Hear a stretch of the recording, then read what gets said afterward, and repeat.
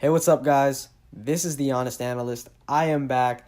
Let's talk about UFC 228. Tyron Woodley stops Darren Till with a Darce choke in the second round after dropping him with a beautiful straight shot and then landing some vicious ground and pound. It's really a miracle that Darren Till was not knocked out or, stopped. I'm surprised that he was able to fight on. He is one damn tough kid. Tyron Woodley should not be underappreciated anymore. He's one of the best welterweights of all time. He proved that. He is one of the best welterweights of all time. Up next for him is probably that Kobe Covington fight, which I'm really looking forward to. I feel like that matchup will be interesting, but I do think Tyron Woodley, his power is something that is unmatched in the weight class. I'm not going to give a prediction on that. We'll see when it's official, and then I'll talk more about it. But for Darren Till, let's talk about what I feel like is next for him.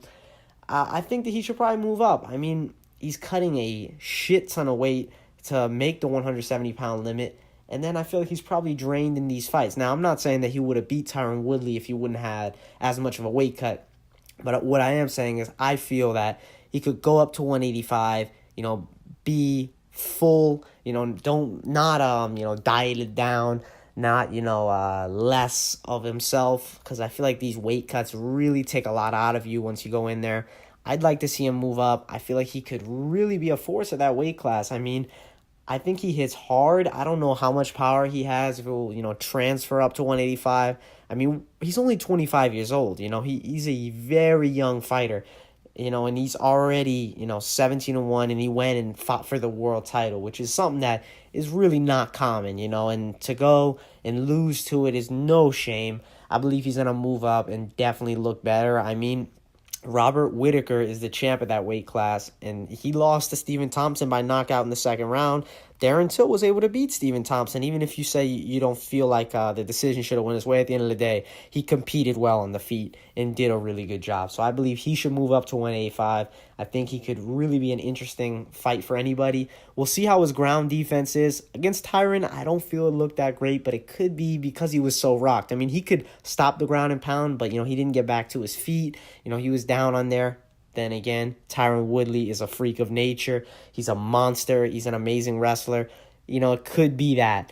We're going to find out. I mean, I'm really looking forward to seeing both of them fight again. The Tyron Woodley, Kobe Covington fight should be next. And for Darren Till, I feel like move up to 185.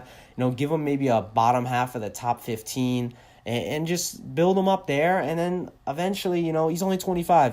Give him 2 years. I believe he'll be able to possibly challenge for a world title again. Let's look at the co-main event, though.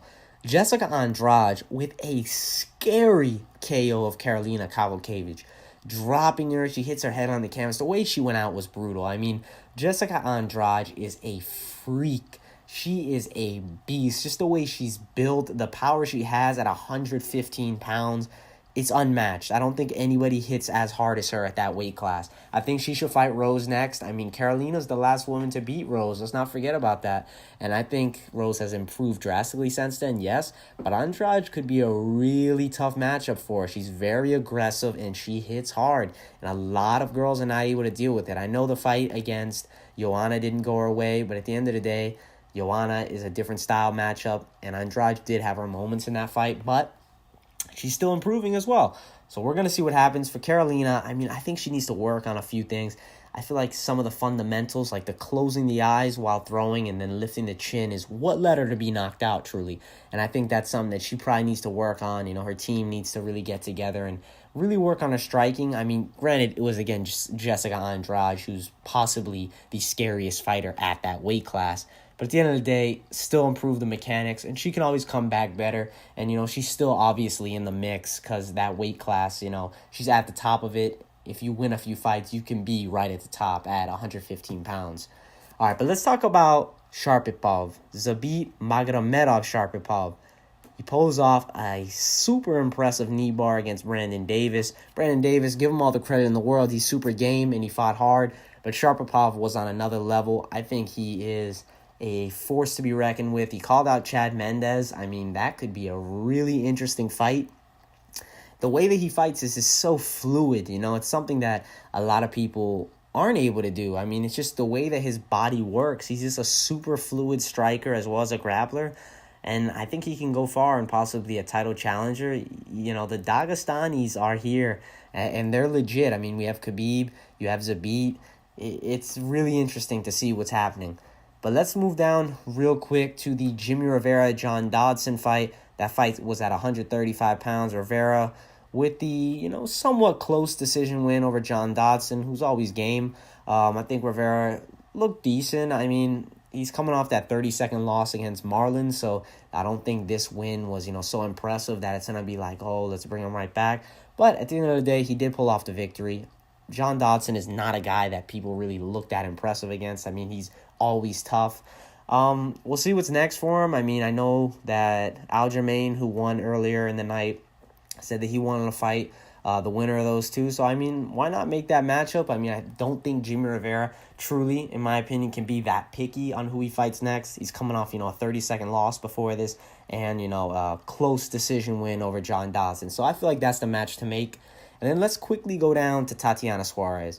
She's looking like a beast. The third round TKO of Carla, really impressive. I think she's possibly the number one contender, her and Andrade, but I don't think they'll fight each other. So maybe you do Suarez versus Claudia Gadelha if she's able to get past Nina Asaroff. And then, or if Nina wins, you could do that fight with her and Tatiana. Tatiana's grappling is really impressive. I know she's being compared to like a female Khabib by a few people. So we'll see what happens. I mean, I think she's got a really bright future ahead of her.